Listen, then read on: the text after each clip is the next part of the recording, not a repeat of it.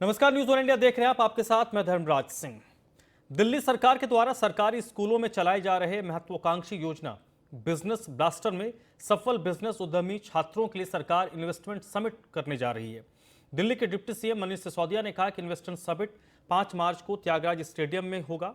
इस बिजनेस में 100 से अधिक बिजनेस ब्लास्टर छात्र हिस्सा लेंगे और वो अपने आइडिया को प्रदर्शित करेंगे। इस दौरान उन्होंने देश के उद्यमियों को समिट को देखने के लिए न्योता दिया है। मनीष सिसोदिया ने कहा है कि बिजनेस ब्लास्टर प्रोग्राम के जरिए सरकारी स्कूल में पढ़ने वाले बच्चे नौकरी मांगने वाले नहीं बल्कि नौकरी देने वाले बन रहे हैं। उन्होंने कहा कि इसकी जरूरत मौजूदा स्थिति को देखते हुए सार्थक है, क्योंकि 8वीं पास की नौकरी के लिए भी मौजूदा समय में पीएचडी किए हजारों लोग आवेदन कर रहे हैं। इसलिए हमें लगा कि पाठ्यक्रम में एंटरप्रेन्योरशिप सिखाया जाना चाहिए। इस कार्यक्रम को बिजनेस समुदाय ने बहुत ही सराहा है। उन्होंने कहा कि पिछले दिनों इस कार्यक्रम को लेकर उद्योगपतियों ने 12 करोड़ की आर्थिक मदद दी है।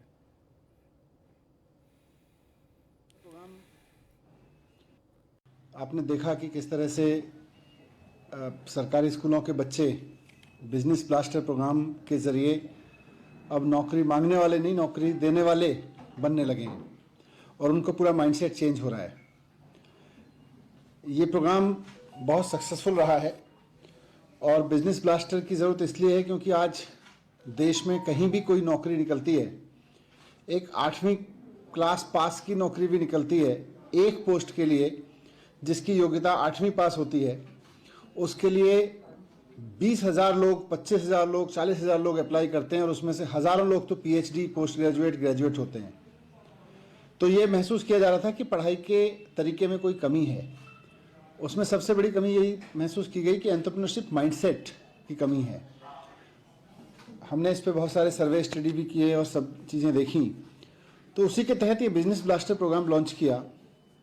और जब टीवी पे बिजनेस ब्लास्टर प्रोग्राम आया तो वो दिल्ली के सरकारी स्कूलों के बच्चे किस किस तरह के आइडियाज़ लेके आ सकते हैं, कितने कमाल के आइडियाज़ लाके अपना बिजनेस शुरू कर सकते हैं और छोटी छोटी सीड मनी से कितना प्रॉफिट कमा के दिखा सकते हैं, उसकी एक अपने आप में एक अद्वितीय मिसाल थी। दिल्ली में निगम चुनाव को लेकर सीट रोटेशन के बाद वर्तमान पार्षद सीट बदलकर चुनाव लड़ने का मन बना रहे हैं। इसको लेकर न्यूज़ वन इंडिया ने वार्ड 11 के निगम पार्षद अजय शर्मा से बातचीत की, जो कि अब वार्ड नंबर 10 की जनता को लुभाने का काम कर रहे हैं। क्या कहा है अजय शर्मा ने, वो आपको दिखाते हैं। आज हमारे साथ खास बातचीत में मौजूद हैं वार्ड 11 के निगम पार्षद अजय शर्मा, जो कि स्थायी समिति सदस्य भी हैं। अजय जी, हमारे साथ हमारे इस खास शो में आपका स्वागत है। जिस तरीके से सीट रोटेशन हुआ उसके बाद तमाम जो निगम पार्षद हैं अपना वार्ड ढूंढने निकल पड़े, तो किस तरीके से अब किस वार्ड से लड़ने की तैयारी है? देखिए, मैं जो मेरा 7 से वार्ड लगता हुआ है, 10 नंबर और 11 नंबर सेम लगता है, तो मैं 10 नंबर से अपनी तैयारी कर रहा हूँ। कोशिश कर रहा हूँ कि पार्टी मुझे टिकट देती है और मैं 10 नंबर में पहले भी काम कराता आया हूँ। मुगनपुर के अंदर डी ब्लॉक लेबर चौक, जहाँ पे कूड़े का पहाड़ था, मैंने स्टैंडिंग कमेटी में कह के उसे सफाई कराई और कल भी लगभग 1500 बच्चों का मैं एक बहुत बड़ा प्रोग्राम मैंने वार्ड नंबर 10 के अंदर किया है, जो मुझे नहीं लगता कि पहले कभी इतना बड़ा प्रोग्राम हुआ होगा।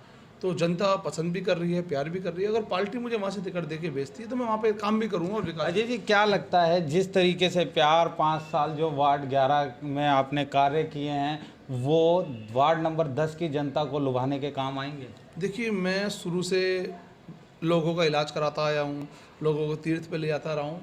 मैंने कभी किसी वार्ड की बात नहीं करी, चाहे बुराड़ी विधानसभा के लोग हो, चाहे बादली विधानसभा के लोग हो, चाहे आदर्श नगर विधानसभा के लोग हो, मैं सबको यहाँ बैठ के काम कराता हूँ और शुरू से कराता आया हूँ।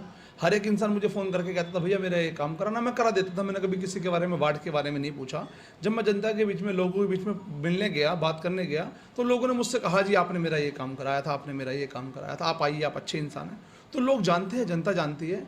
मेरे यहाँ के वार्ड नंबर 11 के बहुत सारे लोग उस वार्ड में रहते हैं, उनका परिवार के लोग रहते हैं, तो मेरे यहाँ के लोग भी उनसे मिलवा रहे हैं। मैं बहुत सारे लोगों से, बहुत समाज के लोगों से मीटिंगें कर रहा हूँ, बातें कर रहा हूँ।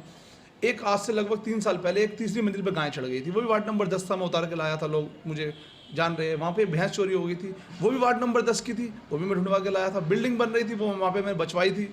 तो बहुत सारे कार्य ऐसे हैं जो मैंने वहाँ पे जनता के लिए करे हैं। जो लोगों के मकान बनते थे, उनसे बिल्डिंग वाले पैसे मांगा करते थे, वार्ड नंबर 10 के अंदर बहुत सारे मकानों को मैंने बचाया है, बहुत सारे लोगों को इलाज कराया है, बहुत सारे लोगों को तीर्थ यात्रा पे लेके गया हूँ और बहुत सारे विकास कार्य जो भी, जिनका चाहे हाउस टैक्स का हो। वहाँ पे आपको याद होगा, आज से 3-4 साल पहले कबाड़ियों की दुकानें सील हो रही थी, वो कम से कम 50 से ज़्यादा दुकानें मैंने बचाई थी।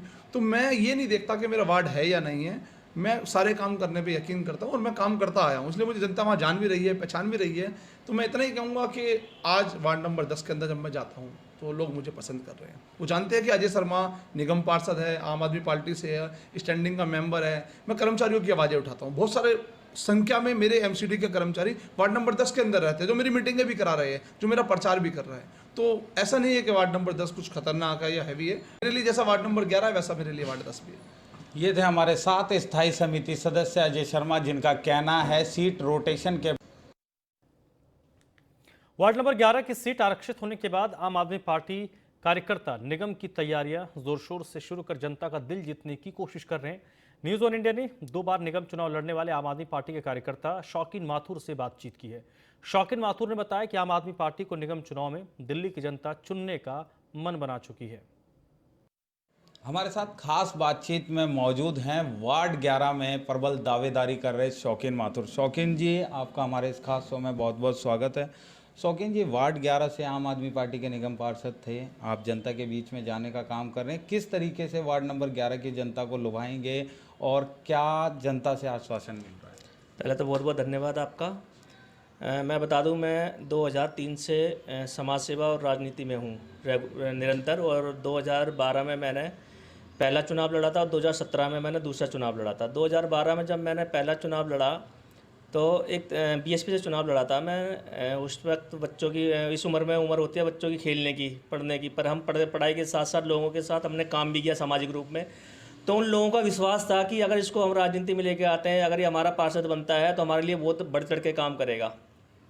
लोगों का जन समर्थन मिला और लगभग 3,500 वोट मिले मुझे उस टाइम पे, जबकि हमारा वार्ड भी नत्थु कॉलोनी तक होता था। लोगों का जन समर्थन था, प्यार था। फिर 2012 में फिर उनका दोबारा मेरे को सपोर्ट और प्यार मिला कि नहीं, हम तुम्हारे साथ खड़े हैं, आप संघर्ष करो।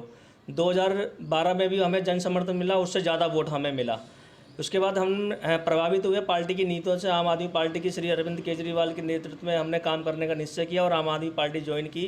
लोकसभा चुनाव में हमने हमारे जो सांसद का चुनाव लड़ रहे थे यहाँ से दिलीप पांडे जी, उनके साथ हमने मिलकर काम किया। बहुत अच्छी उनको बुराड़ी से नंबर 1 पे भी आए थे 10वीं विधानसभा में। उसके बाद हमने विधायक जी के साथ काम किया, बहुत अच्छा उनका रिजल्ट रहा और हमें खुशी है कि पूरे देश में क्या इतिहास में पहली बार ऐसा लंबा डिफरेंस रहा वोटों का जो इतिहास में, कि अब तक का किसी के उसको तोड़ नहीं पाया। इतने वोटों से हमने जिता के बुराड़ी विधानसभा की जनता ने उनको अपने प्यार और समर्थन से भेजा। ये थे हमारे शौकीन माथुर, आम आदमी पार्टी कार्यकर्ता, जो लगातार राजनीति के साथ साथ समाज से जुड़े हुए हैं और इस बार प्रबल दावेदारी कर रहे हैं वार्ड नंबर 11 से, और जिनका कहना है कि निगम के अंदर बदलाव तो हुए ही हैं। अगर आम आदमी पार्टी की सरकार बनती है तो ऐतिहासिक बदलाव जो विधानसभाओं में हुए वही निगम में भी देखने को मिलेंगे।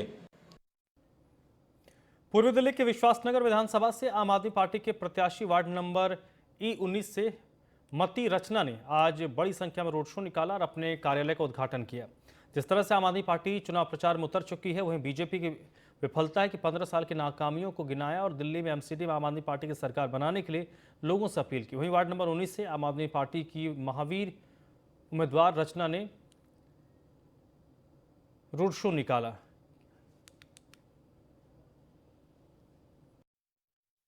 विशेष उपलक्ष्य कुछ ज़्यादा खास नहीं है, बस ये है कि हमने जोशी कॉलोनी में एक अपना नया ऑफिस का उद्घाटन किया है और हमारे जो दीपक सिंगला जी हैं उनके नेतृत्व में एक हम रैली निकालने के लिए सकारात्मक तरीके से हम इस चीज़ को मैसेज पहुंचाना चाहते हैं कि हम अपने तरीके से अपने क्षेत्र में आम आदमी पार्टी के साथ बहुत मजबूती से आगे बढ़ रहे हैं। भैया इस वार्ड में जो मौजूदा पार्षद है बीजेपी से आते हैं, उनके विकास कार्य किस तरीके से आप दर्शाना चाहेंगे? क्या कुछ नहीं किया और क्या कुछ किया है? समस्या ये है कि अगर हम उनके बारे में कुछ ऐसी बात करें, उन्होंने ये किया उन्होंने वो नहीं किया, तो वो चीज़ें यहाँ समय नहीं है बात करने का। हमारे ये आप हमसे हमारी बात करो, किसी विपक्ष की अपोजिट की बात करके ऐसी बात नहीं करो। दिल्ली पुलिस आयुक्त ने आम जनता को एक सौगात दी है। दिल्ली पुलिस की तरफ से हर थानों में QR कोड स्कैन फीडबैक के लिए लगाए जाएंगे, जिससे पुलिस में कामकाज के फीडबैक जनता के द्वारा दी जाएगी, साथ ही उसकी पहचान गोपनीय होगी। दिल्ली पुलिस ने ई-चिट्टा की भी शुरुआत की है, इसमें कुछ पुलिसकर्मियों को सम्मानित भी किया गया, जिसमें इसको बनाने का योगदान भी रहा है। इसमें दिल्ली पुलिस आयुक्त राकेश अस्थाना ने बताया कि पुलिस में जवान और थाना अध्यक्षों को समय के अनुसार कामकाज करना होगा और हर हफ्ते में इनको छुट्टी भी दी जाएगी, जैसे इनके काम का प्रेशर नहीं होगा और केस पर पूरा ध्यान होगा। दिल्ली पुलिस आयुक्त ने कहा कि जनता का संवाद और अधिकारियों का मिलन साथ ही एक सोच बहुत ज़रूरी है जिससे कानून व्यवस्था अच्छी होगी।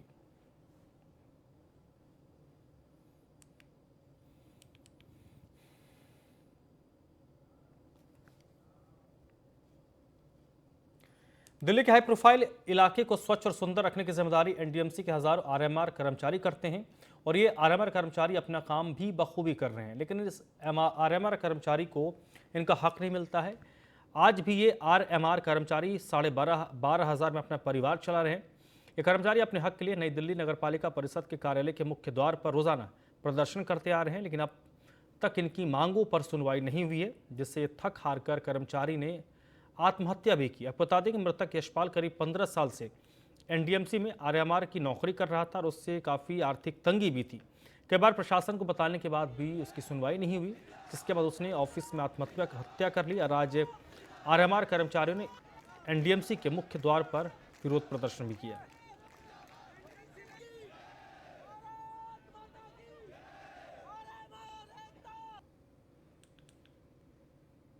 ऐसा है जी, अभी टोटल हमारे 4500 आरएमआर कर्मचारी हैं और उसमें से मेरे ख्याल में 300-400 लोग बेचारे ऐसे ही आर्थिक तंगी से कारण जिनको मेडिकल सुविधा नहीं मिल पाती, घर में उनके खाने के लिए कुछ नहीं है, घर में रोज़ उनकी दिक्कत होती है।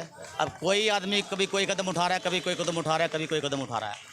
अभी कल की बात, हमारे यशपाल भाई था, उसने भी कल सुसाइड कर लिया और हमने उसके लिए 1 करोड़ रुपये और उसके एक परिवार के नौकरी देने के लिए प्रशासन से गुहार लगाई है कि कम से कम उसका परिवार तो ठीक से आगे से चल सके।